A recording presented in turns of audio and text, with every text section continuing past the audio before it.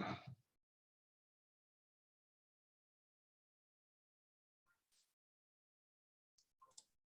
right, folks, I think we're officially live and recording, so attendees can be let in, but we'll give it a few minutes until it hits 6 before we get started.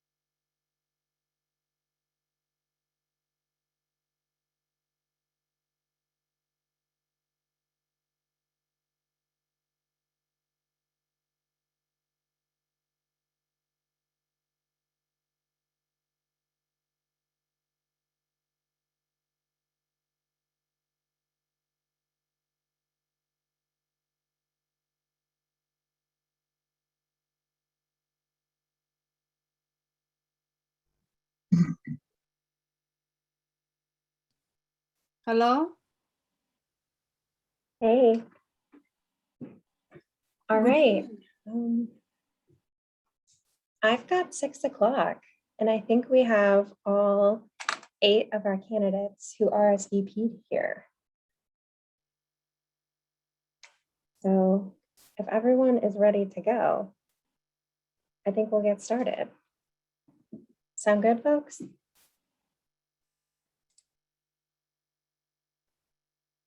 Good, I'll take some like vague head nods as affirmation. There we go. I hate to do that, Sorry. like, where's our energy? My connection didn't work, and I thought I will not be able to attend, but here I am. We're glad to have you here. So welcome, everyone.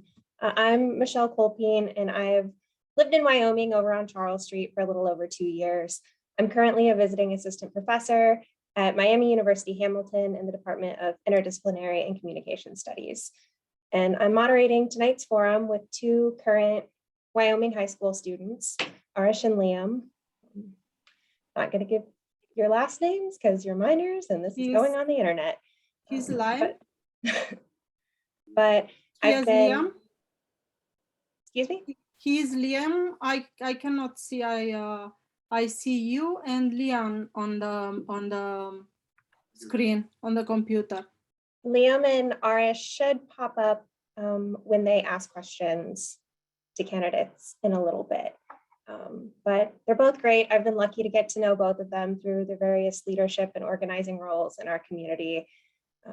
And we were invited to moderate tonight on behalf of WINS, the Wyoming Inclusion Neighborhood Diversity Support, which is a group committed to community accountability, transparency, and inclusion in our community.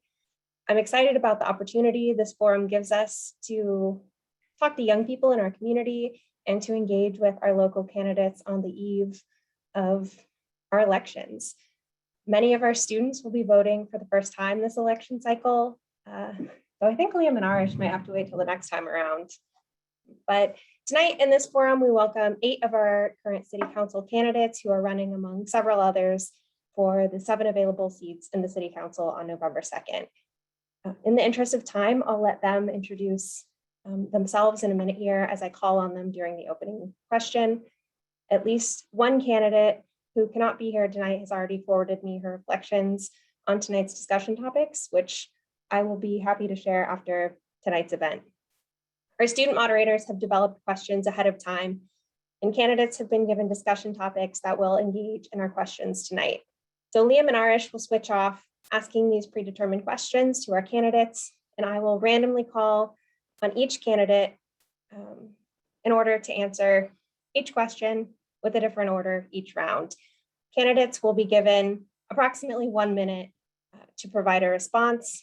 I do suggest you maybe keep your phone timer out and time yourselves, but I'll also gently cut you off. They'll hopefully let you finish your thought if you go over your allotted 1 minute, because we have a lot of folks to get through. In the interest of event security and cohesion, we don't have a space for direct audience participation tonight, but I encourage everyone to reach out to the candidates who are present, as well as those who aren't here tonight, if you have any pressing questions or concerns you'd like to follow up on. So with that, Arish, would you like to ask our first question? Thank you, Dr. Colpin. We've had several forums and surveys through the campaign process so far. What is something that people may not know about you as a person or candidate that you would like to share with us today? All right, Dan Driehaus, you want to start us off? I'd love to. Thank you for hosting us, Michelle. Thanks for the question, Arish, and good to be with you, Liam, as well. I'll be brief with this remark. Something people may not know about me is I'm probably the shortest term resident in Wyoming of all the candidates. There's a lot of well-qualified candidates here on the panel. And one thing that provides me is that I came from an experience inside the city of Cincinnati, where I chaired the Cincinnati Planning Commission from 2014 to 2019.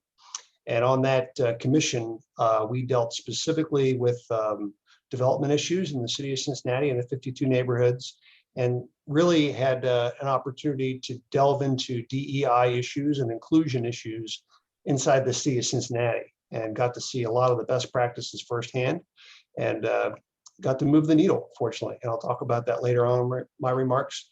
And then the other item is that I currently chair the Cincinnati Insurance Board. I own an insurance agency downtown, and we rotate that every year with different members in our industry. And this year we launched our initial DEI annual summit, and I'll talk about that later on in my remarks. Thank you. Thanks, Dan. All right, next up we have Nancy Everett. Oh, thanks, Michelle. Thanks, Liam and Arish. Did I say that right? No, it's Arish. Arish, I'm sorry. Thanks for having this forum. And I just wanted to share a little bit about my background. I grew up in a family that really treasured education, which I think is why I ended up in Wyoming. My father grew up on a farm and joined the Army and fought in the Korean War and ended up getting his college education and PhD because of the GI Bill. And my mom was the daughter of Ukrainian immigrants in Canada, and she learned English listening to the radio and eventually got a master's in public health. So I grew up with that really instilled in me. And it's certainly one thing that attracts me to Wyoming and makes me enjoy living here is that people are so educated. And it's why I think I ran for council in the first time, and I'm running again is because I believe that we are a community that really cares about intellect, science, and reason, and that we should be leaders in areas that I've championed, such as sustainability, diversity, and inclusion, that these are things that, sorry, we should lead. I want to lead to help our city lead. Thanks. Thanks, Nancy. Next up, we have Sarah Stancorp Taylor. Thank you, everyone, for organizing this and all of you moderating. First thing you should know is that my very loud elderly cat has decided to sit right under the table. So if you hear him, I'm so sorry. Another item by way of introduction that I often will bring up with new people is that I have a vocal disorder, which obviously you can hear.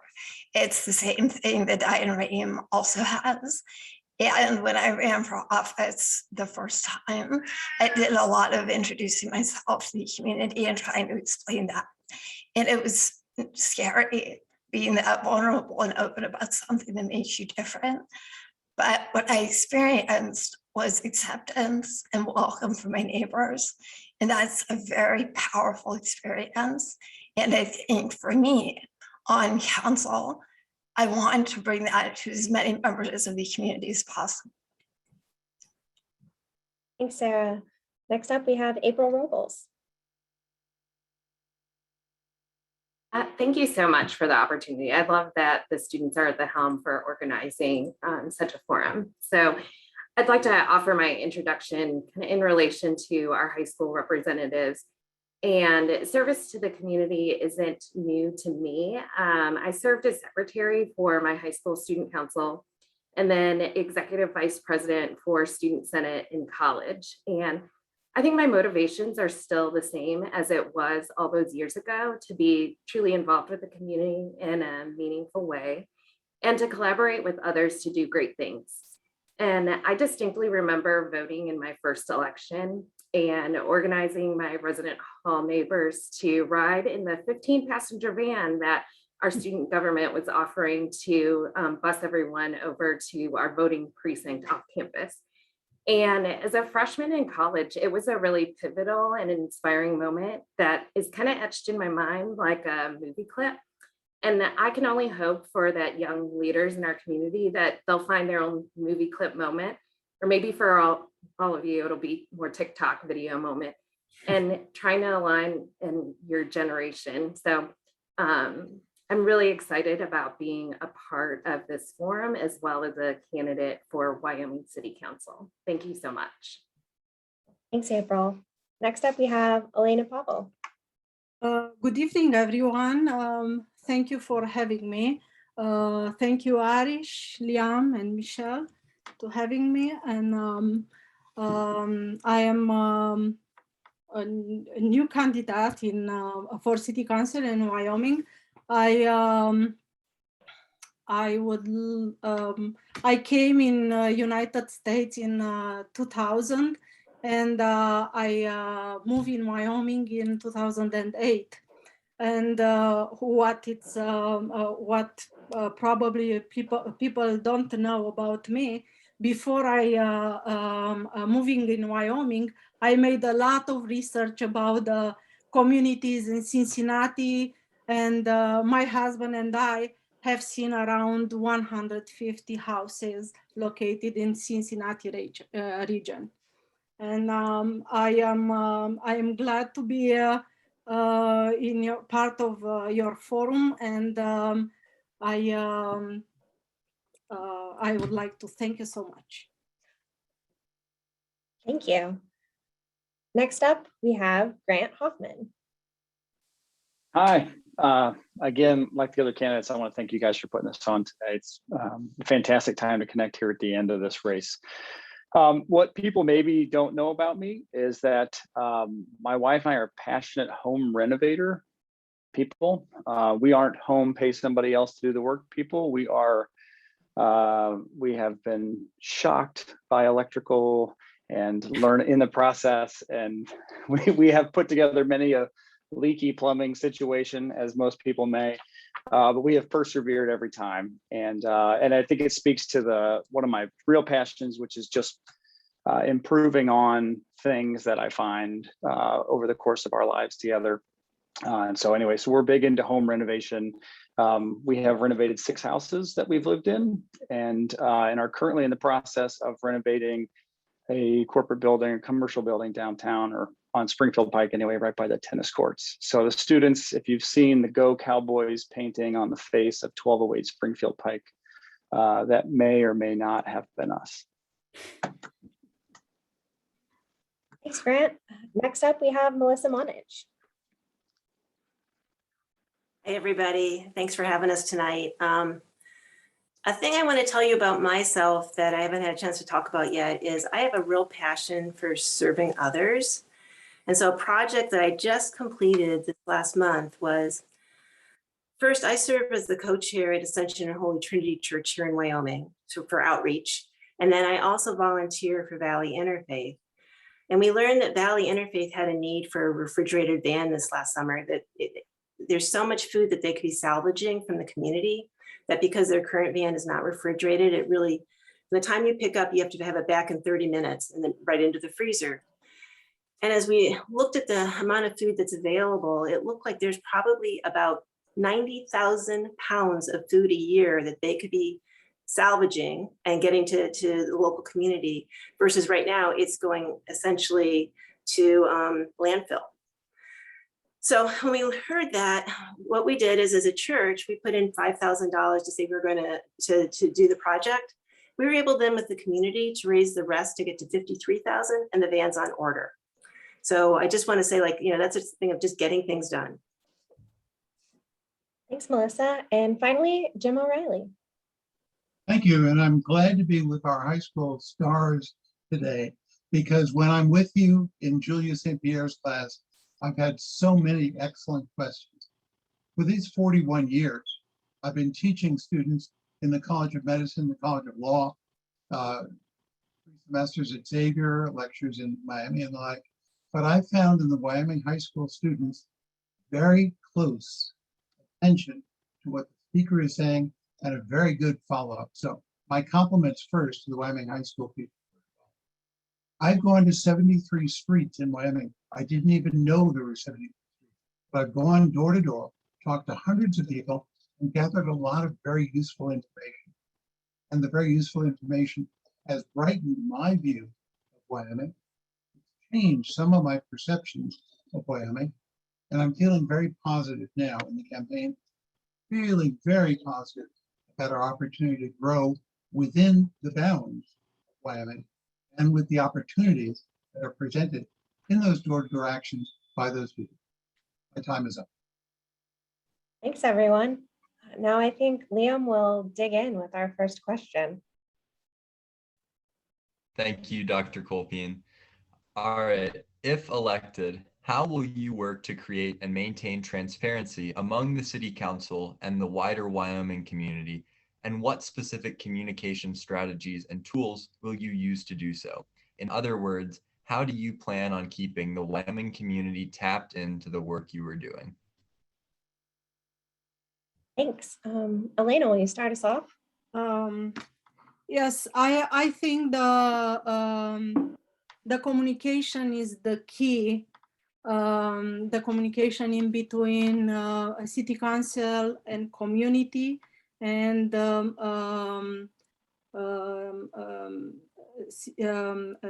community and city manager and staff. And I think I will, if I will be elected, I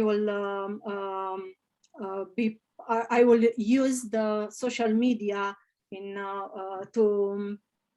to clarify the transparency and keep up with the news. Thanks. Next up, Jim. I'm a listener. Good teachers have to be listeners. During these 41 years, I've heard some excellent ideas and some occasionally oddball ideas from my students. But they are 19th graders, 18th and 19th graders, and so I'm not going to hold that against our Wyoming students. I'm just going to say that you need listeners. And as a listener on City Council, I'm constantly getting feedback from people. What do they like? What do they not like? How can we do it better? And as I've gone knocking door to door, the question of where is what they expected, where is it? Where is it? And so the north side of Hickory Hill wants storm sewers. South side of Hickory Hill got storm sewers. Why is it different? I took that and sat down with the director of works and with the city manager and worked through a plan to get more information and particularly a budget that we can then take into our capital budget for 2022, 20. Thanks. Next up, Nancy. Yeah, so I work in the communications field. I'm a science journalist, and I also write for universities and nonprofits. And I used to be a newspaper reporter many years ago. And but I am well aware that it's much harder these days to reach people. We consume different types of media, and we're always very distracted. And that is a challenge for the city to reach the residents. So one area that I really would want to focus on, and I think this is long overdue, is a real refurbishing of our city website. I think it's extremely hard to find information on there. It's not intuitive. I'm guessing it's hard for our staff to update it. It just happens that my husband works at Wyoming University as well, and he studies website usability. And I've talked to our city manager about using some of his students to really help us dig into and analyze our website and clean it up, and then hopefully get it redesigned so that it's a much more user-friendly way for people to get information from the city. So that's one idea. Thanks. Next up, Melissa. I think this is a great question. And I actually also agree that we need to improve in this area. To me, the first step whenever you take on a project, you have to define what is, number one, who's the target? Because, you know, the needs of the high school student might be different than the needs of my next door neighbor. And so we need to define what excellence is. And I also think then that we need to look around to other communities and benchmark, because some may already have the answer that we could adopt. And so I think the thing is knowing what is excellent and where we're going for, seeing if there's ways we can do this quickly and cheaply because someone else has already done it, and then putting a plan in place so that we can deliver and then measure with our users, are we meeting their needs or do we need to further improve? Because essentially, you know, there's no reason why we shouldn't have best-in-class communication. Thanks, Melissa. Next up, Grant.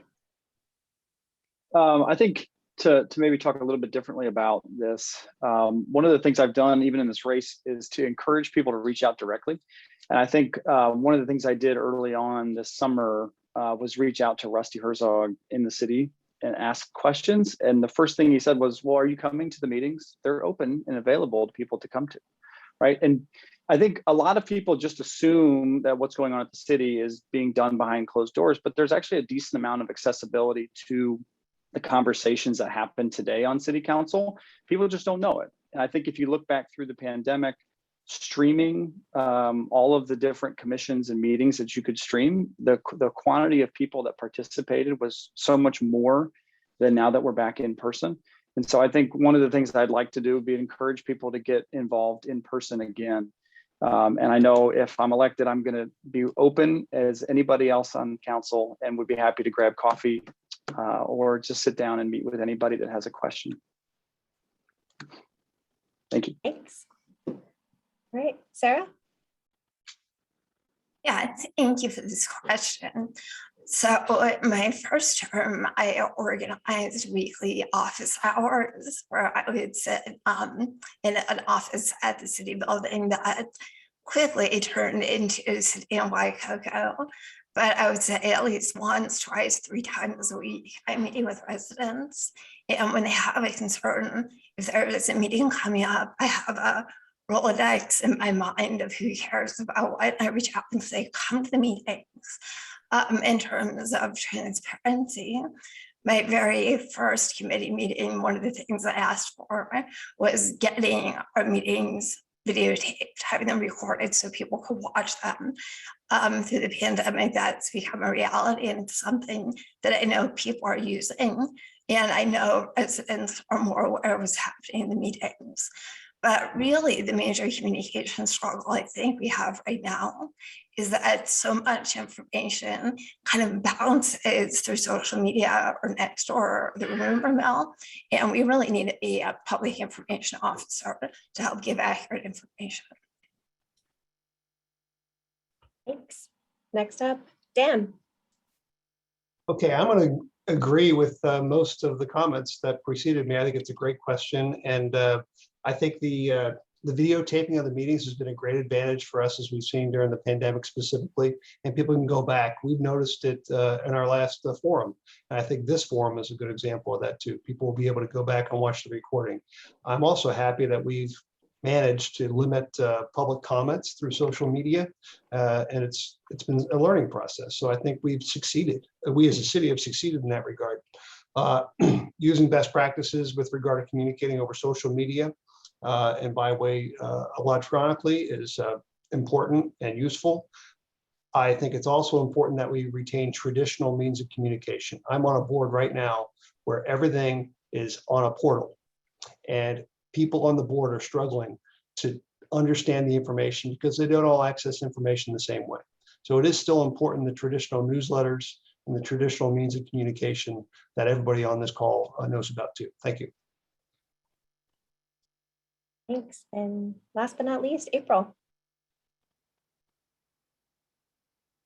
Yeah, I think a lot of the other candidates covered many of the main points that I would have made, but I think in addition, I love the social media pieces that the city has gone out on the limb and taken a risk to make.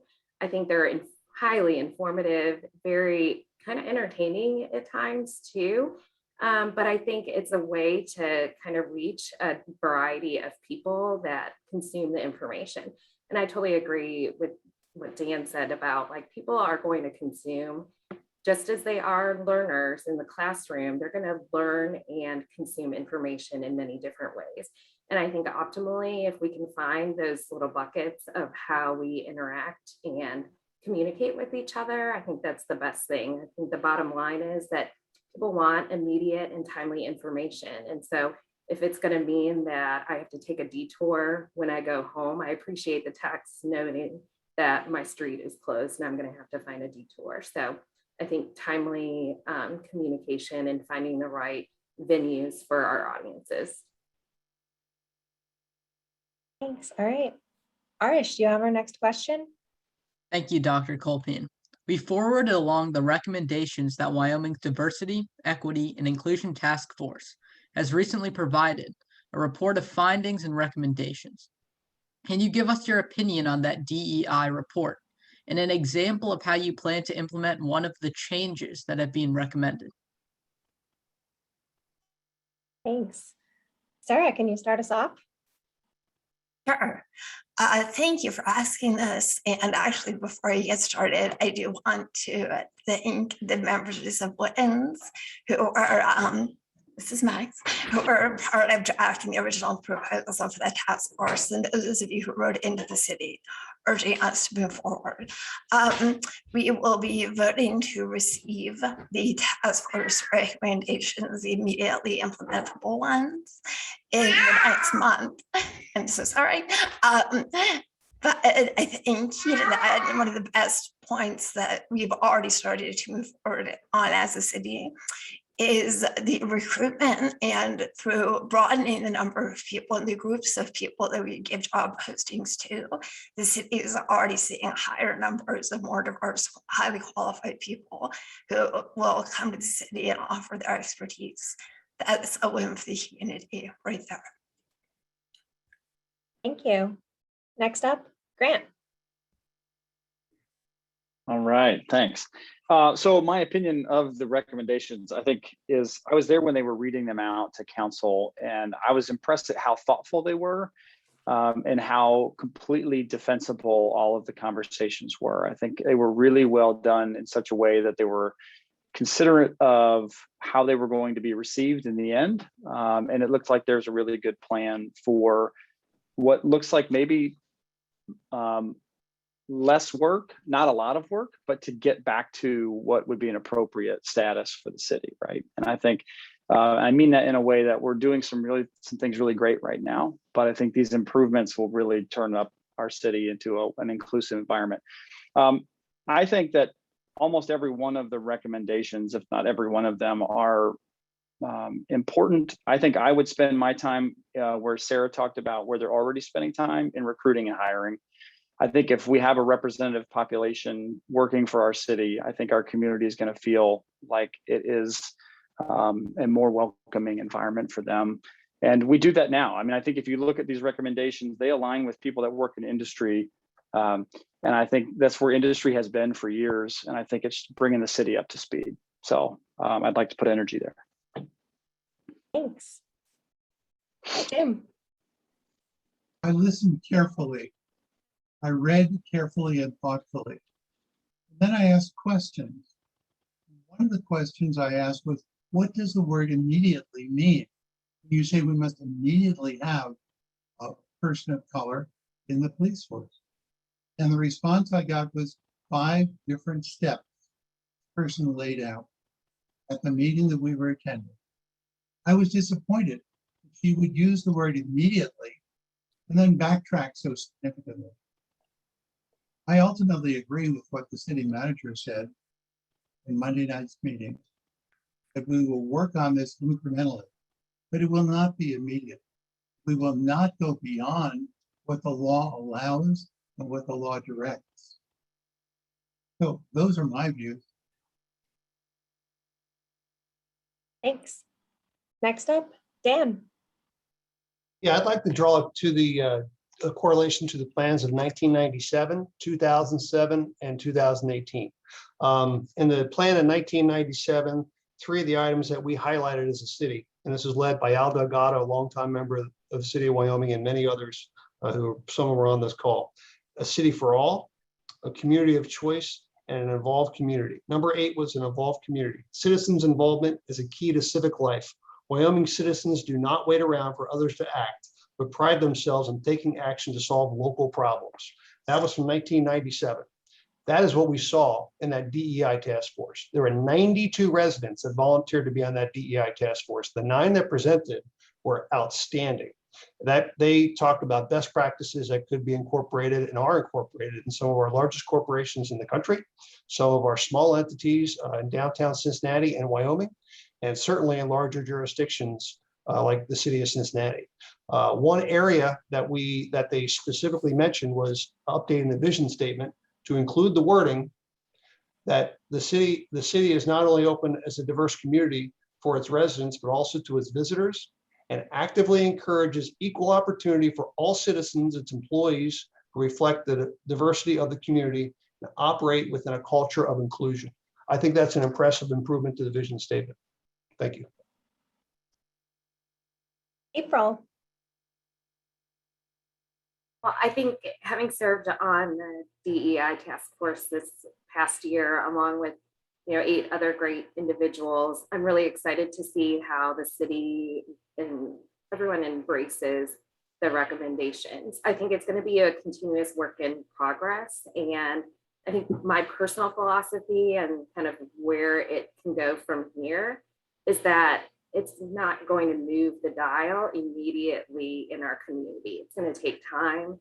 It's going to take refinement. It's going to take a lot of work. And I think for me, like, part of the implementation is getting a lot of people on board and understanding the recommendations, doing what each person can do in order to fulfill some of those recommendations. And just as an example, I know with the committee of the whole meeting on Monday, Rusty had presented some of the things that we can immediately do as a city. And one of the things that were recommended was requiring everyone to do DEI training for city employees and city councils and commissions. And the recommendation is now saying that it's part of it and it's offered, but you know, it's going to be a part of our community, which I'm excited about. Thanks, April. Elena.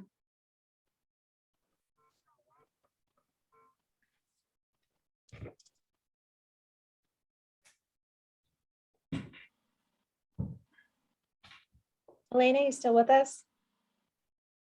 Who's I think you're muted? muted. Oh, sorry. I was impressed. I was in a city council meeting when they made a presentation about the report. I was impressed about the research they made and the concept of the report. For me, the report is only a part of the data or information. I would like to further interact and listen to the community before providing any feedback. But I have a point of view for implementing the report. We need to train the people. We need a lot of training, and will take time to work to implement the report. Thank you. I will also the report is public, and the community will learn about report, and they will come out with the ideas and what they need, and we have to listen to them, and based on the data we collect, we can go ahead and you know, discuss. In the interest of time, I hate to cut you off, but we'll keep moving. Okay. Thank you. Thanks, Elena. Nancy. Yeah, so I think I'm going to go back to education. I think our community has gone through sort of an education process in the past year, thinking about DEI, and this report is one product that came out of it, and I'm in complete support of everything in the report. And I certainly will work with our city manager to make sure everything in it is implemented as quickly as we can. I just want to share a quick story. A couple of hours ago, I was taking a walk in my neighborhood and I ran into a woman who is very concerned about diversity and inclusion in Wyoming. Her grandchildren are of mixed race, and she told me that after the incident with George Floyd, she called our city manager, Rusty Herzog, and they had lots of conversations about it. And she got him to join a book club that was reading books about diversity and inclusion. You know what I mean? And it struck me that this is an ongoing process, and this is an education that many of us in the city are going to need for a long time, myself included. So I see our DEI report as a starting point, but not the ending point. And I want council and our commissions and our community to keep discussing this and keep reading about it. And this is not a one-off thing in my mind. Thank you. Thanks. And finally, Melissa. Thank you. I thought the report was excellent. And I think now the hard work is how do we make year-on-year progress against the goals that the report recommends. When I worked at Procter & Gamble, I was a global vice president of research and development. And one of my roles over a 15-year period was to improve, starting from really pretty terrible advancement and retention of women to get them up to the goals. And from over a 15-year period, we made a 35% improvement. And at the same time, improved the quality of all employees. Because I think sometimes there's this feeling like if we're changing representation, somebody else loses. And that's not true. You can do it in a way that you can improve retention and advancement and have all ships rise. And I think the other important thing is I know how to break these things into like 5-year increments and how to set measures and goals, and then how to show that we can make progress towards our goals.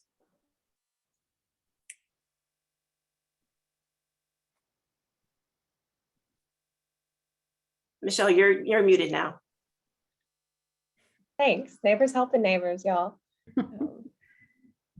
Liam, would you like to ask our next question? Thank you, Dr. Colpin.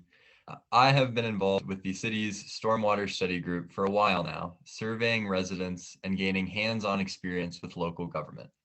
Do you have any ideas for further plans and programming that provide insight and experience to students and young citizens of Wyoming who want to become more engaged with the city? Thank you. April, will you start us off? Sure. I think there's a lot of great ways that we can engage our young citizens.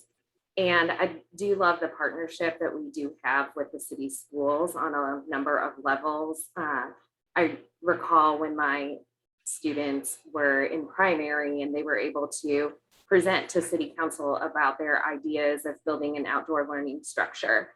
And I think I really appreciated that opportunity. It was my first time in the city council chamber along with a bunch of first graders, but I think it was really interesting to kind of see that level of engagement. I would love those kinds of activities to continue.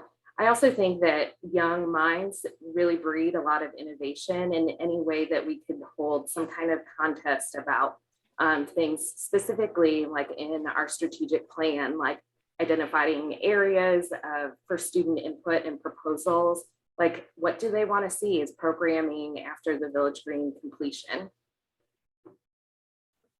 Thank you. Melissa? When I read this question, it made me think about when I was a young section head at P&G. As a group, we all wished that we had more impact on our division. And we went to our director and said, you know, once a year we would have an employee survey score. And we said, hey, can we be responsible for analyzing the data and making the recommendations? And he's like, sure, you know, we'll try it. And we had a great time. After that, we went back to him and said, well, hey, can we have the capital budget, or can we do the laboratory, you know, space planning? And the point was, it was so much fun getting to take on projects. And I think the key thing is I'd like to hear from groups of students, where do they have passion? And, you know, maybe it's starting with a small point, and then how can we enable them to make great things happen? Thank you. Elena? Well, facilitate interaction with youth from other city, learn from other people, local cities, and from other states. I think is the key. Thank you. Thanks. Nancy? Yeah, so one thing I would really love, and I know high school students are very busy because I just became an empty nester, so that's fresh in my mind, but I would love, and I did talk to the teacher at the high school that helps out on the newspaper, his name is escaping me, but I would love to have the student journalists come and cover our city council meetings. We have a real gap in Wyoming with that kind of information. And that's the kind of thing that young journalists do, is they cover a lot of meetings. And so I would love to create a program where students do that. I'd also, you know, I would love to see, I think it's very cool that you're helping out with the stormwater management map. Is that what it is that Sarah's working on? I would love to see more students get involved in we have all these commissions, and if you have an interest in one of them, I think it would be great to have young people involved in them, however much they can, because it just makes our community stronger. Thanks. Dan? Yeah, Liam, I think with your involvement in the stormwater issues, your involvement with local governance is assured. If you want to be involved in the future in local government, that will be an issue for all of us, for your generation and ours. So thank you and congratulations for being involved with that. When I was at Miami University, I was fortunate enough to do 2 internships, one with the city of Harveysburg, where we did a survey of a land use survey of a large plot of land in Harveysburg. And then the city of Hamilton with the planning department. This is back when I was much closer to Liam's age than all of our ages.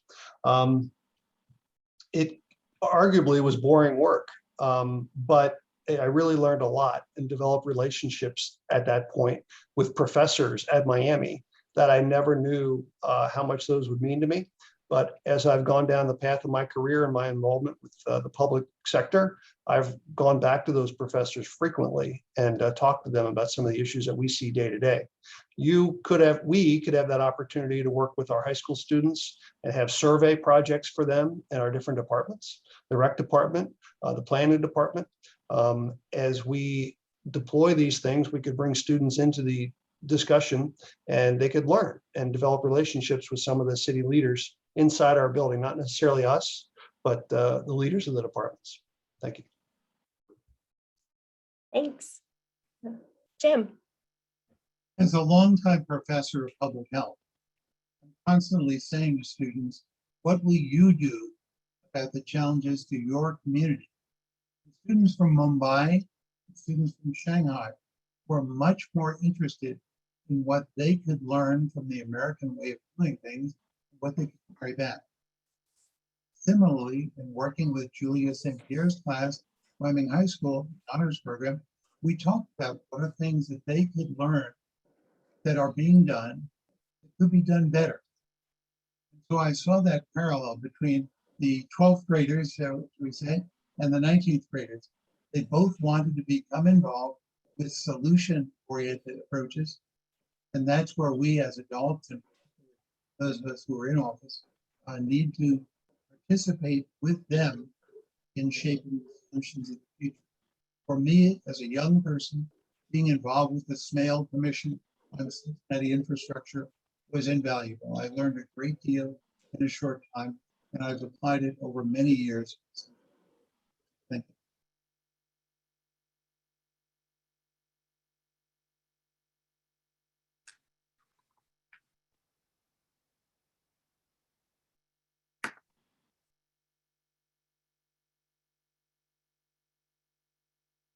Michelle, did you call on someone?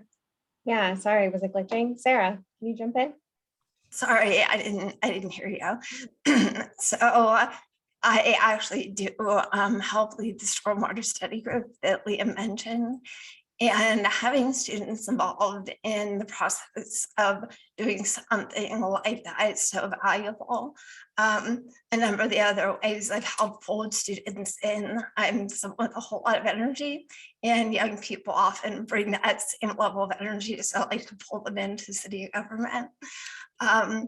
The environmental mini grant through the Environmental Stewardship Commission allows students to apply for small sums of money for environmental programs of their design in our schools. The compost bin building that we did at the middle school, the high school, the community garden included students who helped build that together. We've diverted 39,000 tons of organic, or pounds of organic waste. Scouts helped on upcycle day. That's where we diverted 29 tons of waste. And also the Crescent Park universally accessible playground coming next year. Some young people, elementary school students, were instrumental in the planning of that project. All right, Grant. Thank you. I work for the University of Cincinnati and spend most of my work days with early stage ideas. And I was fortunate enough to be a part of the group that put the Innovation Center on the high school and helping steer that. And so one of the things we talk about that is great, we could have students come co-op at the city, but I think it provides a different level of approachability if we go contribute at the schools somehow. And so instead of having the students have to come to us I would think the city could be more involved in the school in certain ways specifically like the idea of listening to what the students think could be done to be improved. And I'd be happy to facilitate those as somebody who facilitates brainstorming sessions and early stage planning. I think that'd be a lot of fun. And as has been said today on the call already, the ideas that come from students are tremendous, and they're because they don't have the boundaries that most of us have, because we've been, beat down over the years at work, right? But I think I'd like to do that. I'd like to be able to contribute back at the schools and try to help get a sense of what the students are really interested in helping with. Thank you. Thanks, everyone. All right. I think we are down to our last question. If you want to bring us home, Arish. Thank you, Dr. Colpin. Last minute, is there anything else you'd like Wyoming to know before they vote? Great, Melissa. The only thing I'd like to let Wyoming know is it has been a privilege to serve on the urban forestry and beautification this last 3 years. It's been really fun to deliver projects for the community. It's been great working with city council, and it's been great working with the city employees. So I've been very thankful for that opportunity.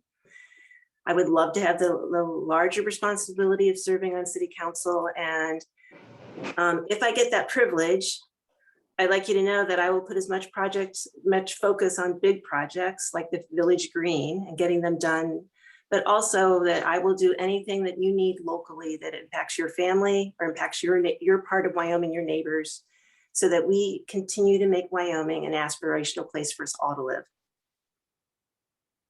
Thank you. Jim? You in Wyoming have been wonderful on your doorstep, telling me what you really feel.